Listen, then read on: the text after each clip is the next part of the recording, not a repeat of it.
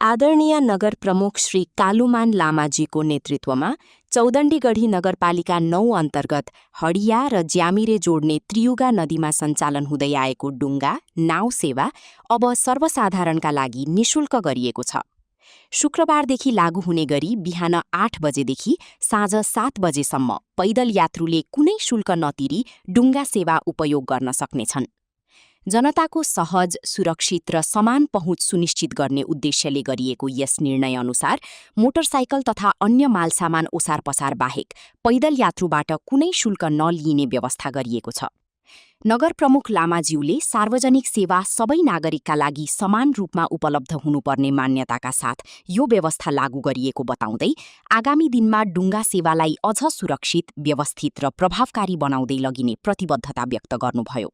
नाउमा चढ्नुलाई निशुल्क गरेको छ। हामीलाई अलि तिलिवा खोला अलि अप्ठ्यारो पारेको थियो, तर अहिले सुविधा साथ गइरहेको छ। र हामीले गत वर्षदेखि यसलाई चाहिँ 3 जना नाउ चलाउने चालकहरूलाई राखेर नगरपालिकाले गत वर्ष हामीले 20,000 रुपियाँ तलब दिएर महिनाको 60,000 रुपियाँ दिएर निशुल्क सञ्चालन गऱ्यौँ भने यस वर्ष पनि हामीले गत वर्षको अनुभवलाई लिएर अलि केही चाहिँ सेवाग्राहीहरूको दुखेसो बेलामा नाउ सञ्चालन नभएको अनि नाउवालाहरूले चाहिँ समयमा नाउ नखोलिदिएको भन्ने ठुलो समस्या आयो। म पनि 3-4 चोटि यहाँ आइपुगेँ।